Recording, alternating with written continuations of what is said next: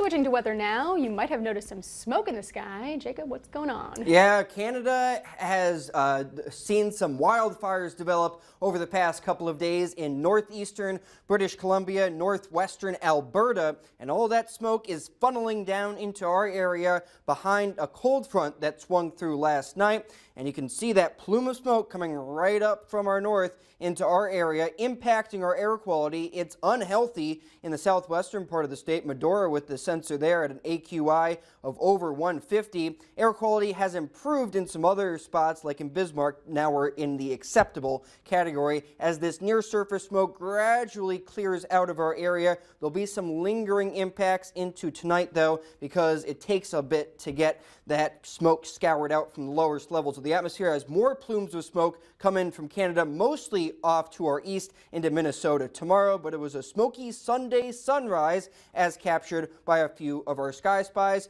You can still see a little bit of that smoke on the horizon, but otherwise not many clouds in the sky today. Great weather for our mothers out there with temperatures in the low 70s.